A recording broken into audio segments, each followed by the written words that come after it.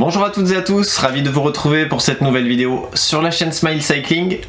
Aujourd'hui, petite vidéo unboxing du groupe SRAM GX Eagle. C'est parti!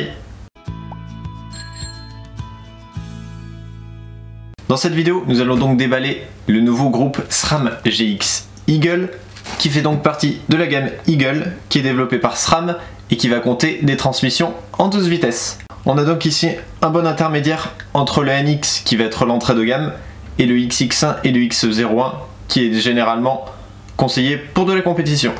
On retrouve certes un groupe qui va être un petit peu plus lourd que les modèles compétition, mais l'avantage c'est qu'il va rester quand même moins cher en gardant toutes les mêmes technologies et donc un passage de vitesse aussi précis et aussi fluide que le haut de gamme.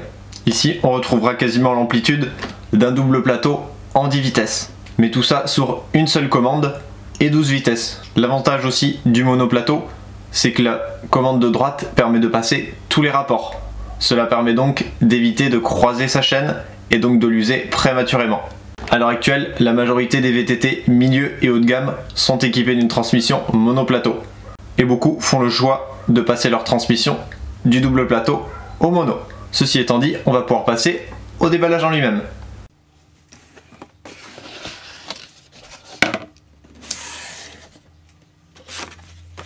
Sur le premier étage, on va donc retrouver notre pédalier ainsi que notre chaîne.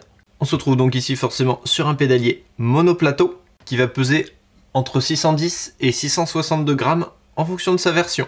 Il est disponible pour les pédaliers SRAM GXP ou BB30 et dans deux longueurs de manivelle différentes, à savoir 170 et 175 mm.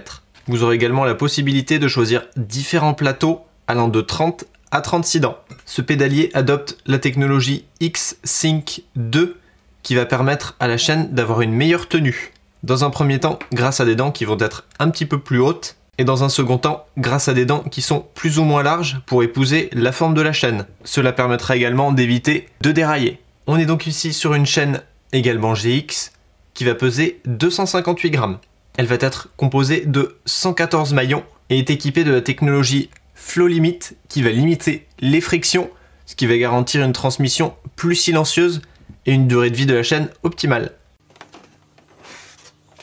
Sur le deuxième étage, on va avoir notre manivelle de gauche, notre shifter, notre dérailleur arrière et l'outil qui va nous permettre de régler la distance entre le galet haut de dérailleur et le grand pignon.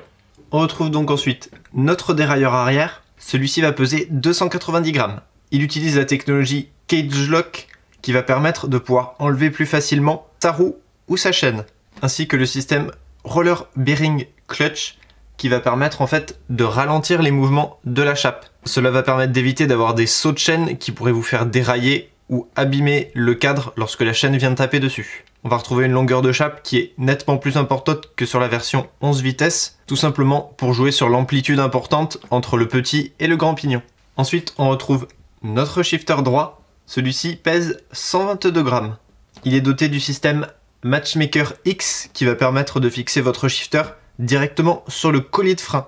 Pour cela, il faudra néanmoins posséder des freins de la même marque, c'est-à-dire SRAM. Ce shifter est également doté du système Zero Lose qui va permettre un déclenchement direct au niveau du shifter, c'est-à-dire que l'on n'a aucun point mort lorsqu'on actionne notre levier. Ce petit outil pratique va se positionner directement sur le galet haut de notre dérailleur arrière et, grâce au témoin qui est sur le dessus, va permettre de déterminer la distance entre le grand pignon de la cassette et notre galet haut de dérailleur. Ceci va permettre un réglage plus précis, donc un passage de vitesse très fluide.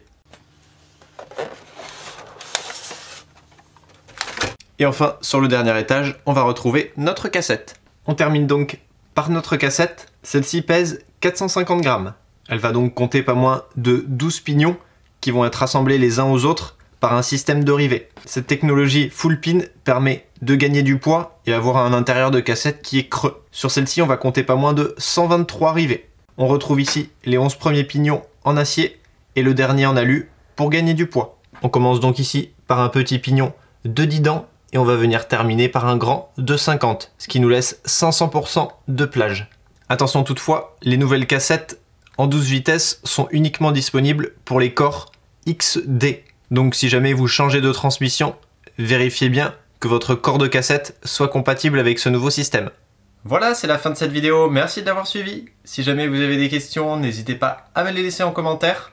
Vous pouvez vous abonner à la chaîne pour pouvoir suivre mes prochaines vidéos et aller faire un tour sur mes pages Facebook et Instagram.